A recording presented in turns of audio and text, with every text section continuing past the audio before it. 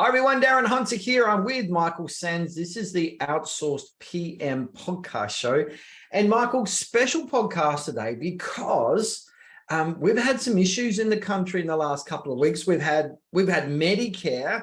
They were hacked in a severe way, and there's all sorts of bedlam going on in the news at the moment with these people wanting this massive ransom. They've revealed all sorts of incredibly sensitive, very violating information, which shows how bad data breaches really are. And then on top of that, closer to home in the real estate industry, with the real estate media, who do a great job, highlighted and brought quite a scary story with a well-known real estate brand who are using a very high-profile virtual assistant company within the real estate space who had a data breach. And the media is simply saying that a third-party source had access through a virtual assistant or via a virtual assistant or something like that, where a data breach occurred, where landlord information, tenant information,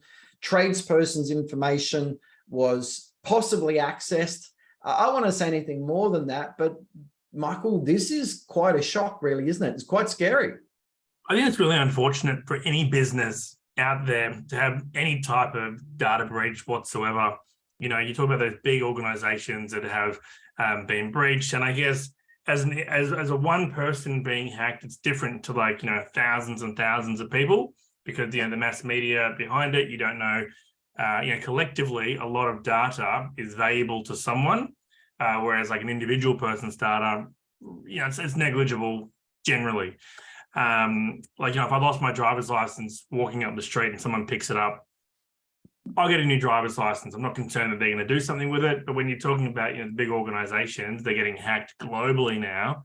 That's a massive, massive concern. We draw reference to outsourcing companies because we're in outsourcing, and there's a lot of companies out there. And we handle, outsourcing companies handle thousands of pieces of people's data each month, each week. You guys do it incredible. You've processed over 100,000 tenancy applications. You've got all sorts of identification that tenants are giving. Yeah, and I think as companies, outsourcing companies, you've got the model where people work from an office, you've got the model where people work from home, which is our model. We all have systems and procedures in place to minimize data breaches such as this. And it's possible to have individuals out there that ruin it for the many, right? But what are we doing collectively as organizations to minimize that type of data breach? Because no one wants their data out there, right? They want to know that if I'm giving you my application, Darren, I don't want that to be sold off to companies in subcontinents and where they're going to use my details or they have my pay slips. It's irrelevant most of the time, but we see people, companies, Darren, where the team go to work in an office. They have to put their mobile phone into a special lockbox so that they don't have any access to the lock, to their phone during their shift. It's like a prison, isn't it? It's like a prison. You're going to visit someone, you get stripped of everything. It's like a prison, but when you're treated like a prisoner, when you're treated to be boxed in, you want to break out of a cage. It's more, again, I can't speak to how other people run their business, and there are some, severe security protocols in place. But Darren, these are the places that are getting hacked. These are the places that have this top level security, that have no trust in their team, that are getting hacked. And it's like they've been treated like caged hens. So the hens aren't happy. And it is, on the surface, it looks like a good model, but it really doesn't work. It's all good if it's AI or robots, but we're dealing with people, isn't it?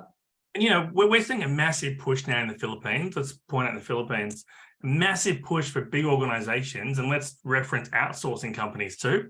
They're now wanting their teams to work back in the office. And people for such a long time have adapted to work from home. And as we know, family, number one driving motivation for people in the Philippines.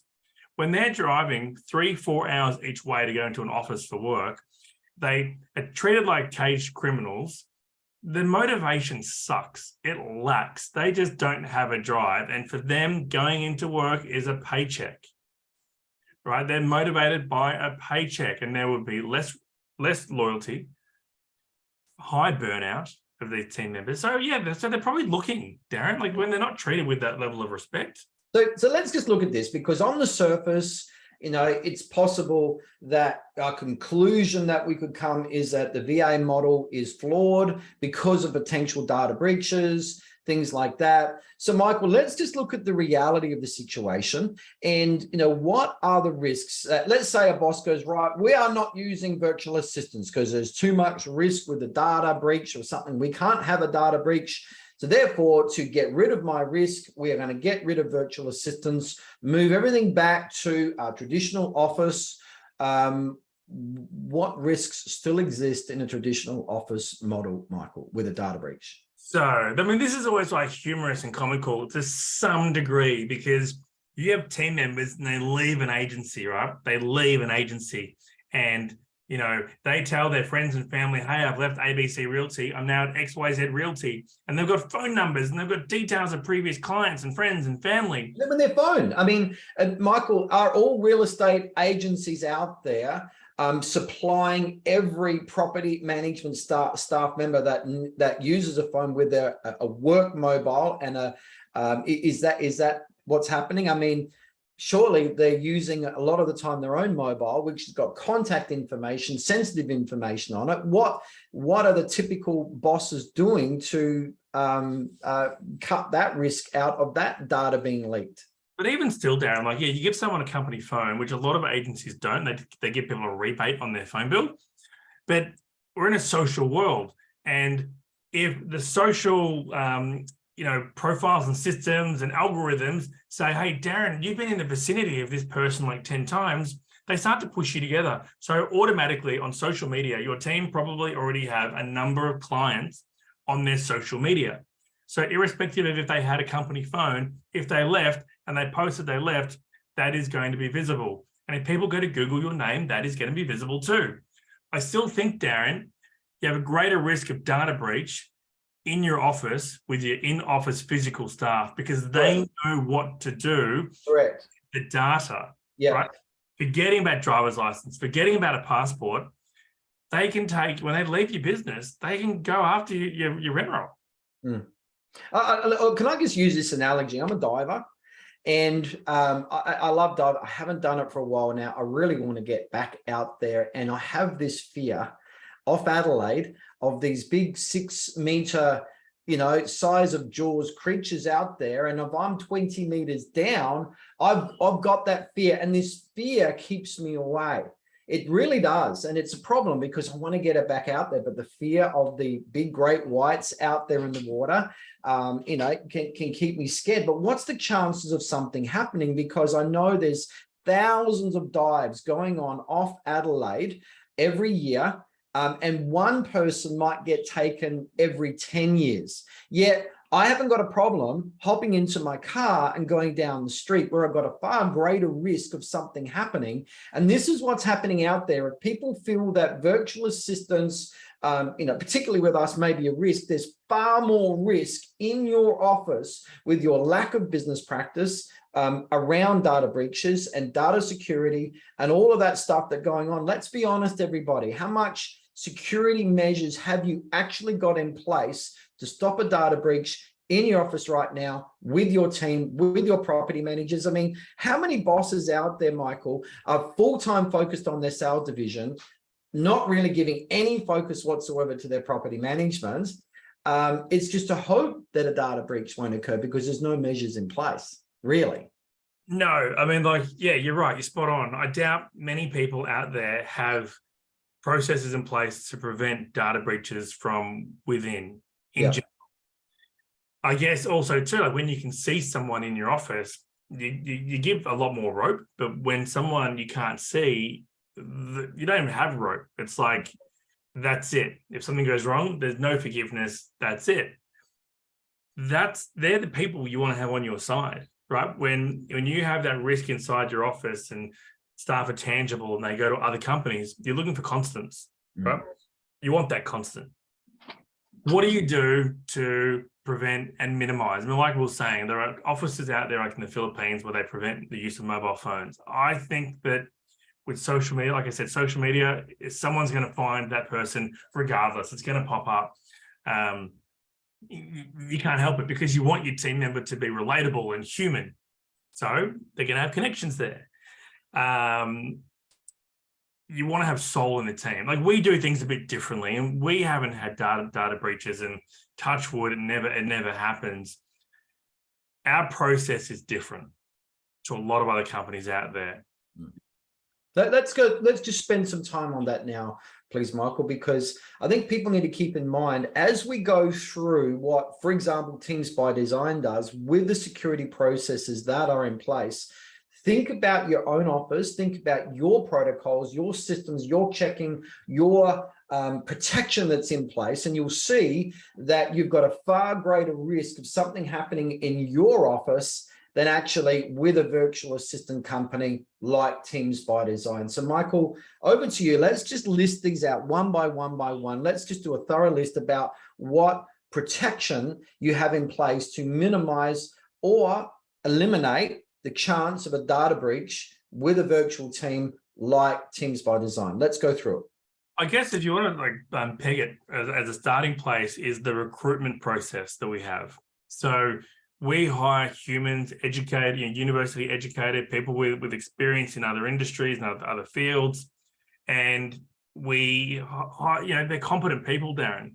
They're not someone that is just kind of randomly out in the province and just looking for a job and just trying to fill a spot, like a telco company would do, right? You ever call a telco company and you have an over-enthusiastic person that, English quality isn't great, different motivations. So we look for team-based people that want to be part of something bigger, right? The buy-in factor, the stickiness factor, they want to be part of a team.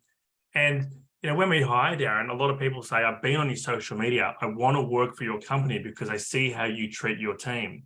So we don't treat our team as caged animals. We don't look to kind of pin them down. We want to see them grow. You know yourself, Darren, we give people training opportunities to study in whatever area they want to have hyper focus on. They've got that opportunity. It doesn't cost them anything. We actually pay people for extra training, Darren. Like there's motivation there to...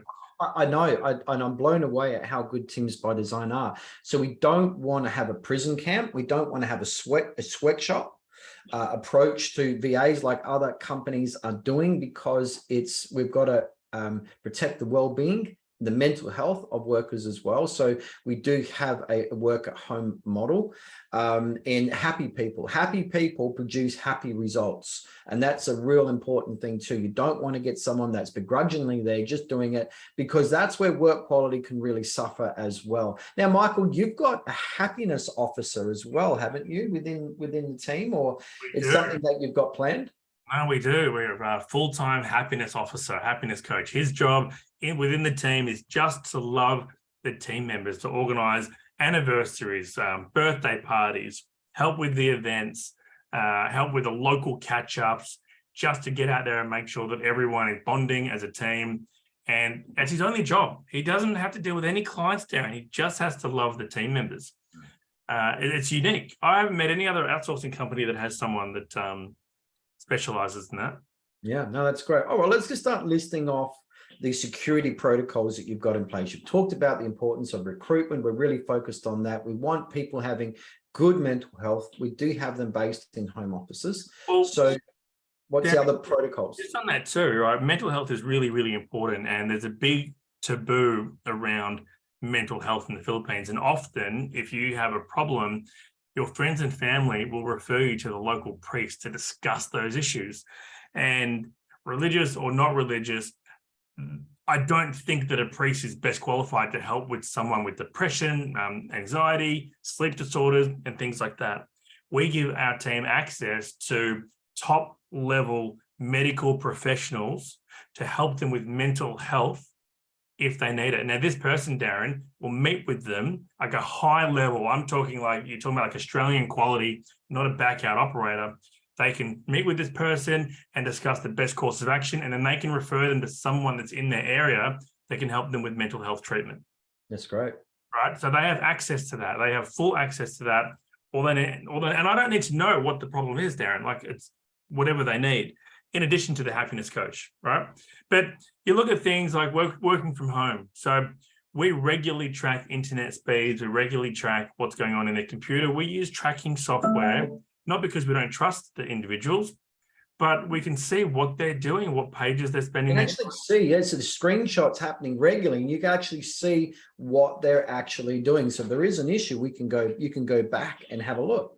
It also picks up software that people can use, which gamers use, right? Gamers use software that keeps their computer alert, so they're not logged out of the game or they don't go silent. We detect that software, and if it comes up, we tell them, hey, you have to delete the software. We just strictly prohibit that.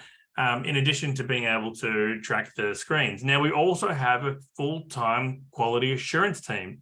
These people, Darren, check phone calls. They listen to all the calls. They check the screenshots. They check behavior of team members. So I guess you can say we're in front. We can predict and we can see if there would be any potential issues.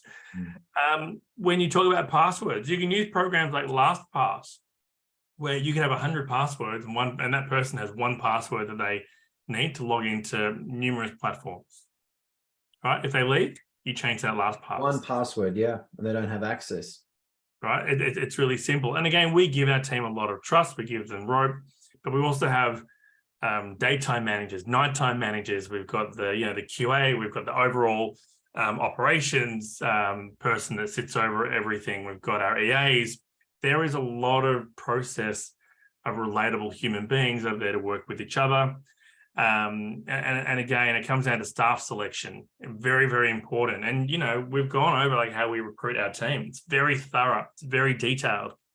And coupled with that quality assurance, they feel wanted. We do questionnaires to our team, like, where can we improve? What do you like? And the team-based feedback is just next level. And you get to work from home. Like, we talk about people having to work in an office. They miss out on family time.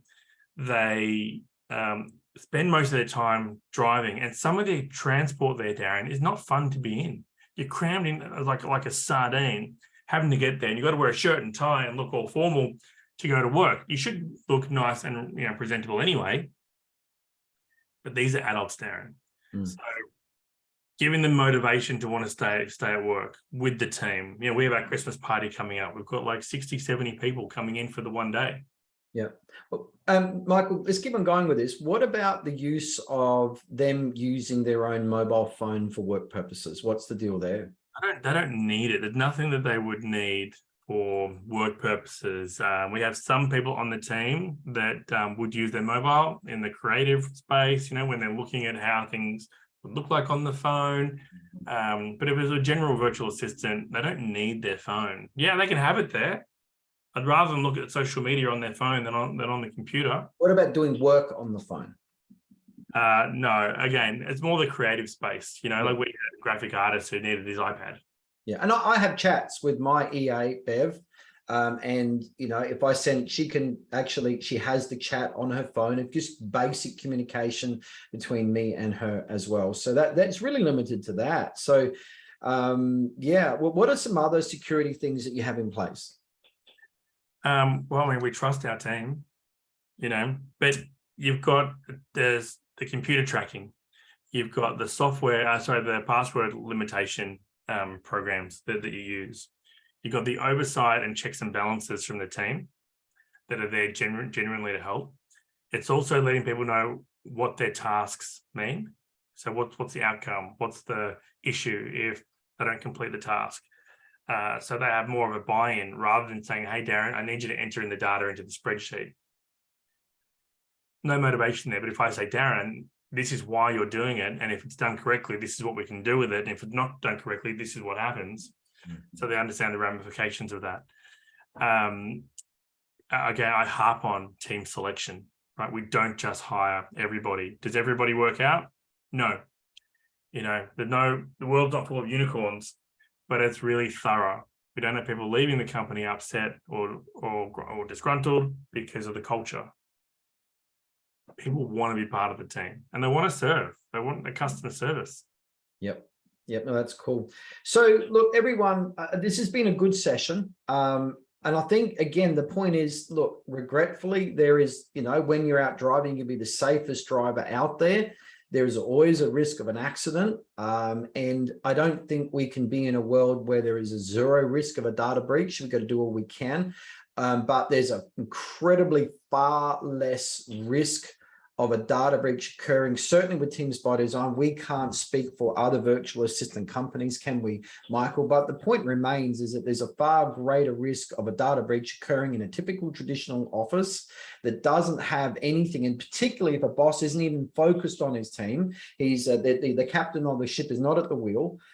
He's focused full-time on sales. There's a massive risk there of something occurring, because while mum and dad are away, the children will play. And what sort of things are in place when that person leaves? What have they still got access to? What passwords have they got? What phones have they got? What contact information do they still have? All of those sort of things too. So I think this has been a really good meeting here. And just as a quick FYI for everybody, for up to 30 tasks that you can outsource to a virtual assistant, there's up to 30 things that can be done. Michael had a 650 property rent roll with only 1.5 staff on the ground. The rest were virtual assistants, because he worked out what a team member doesn't need to be doing, a virtual assistant can do.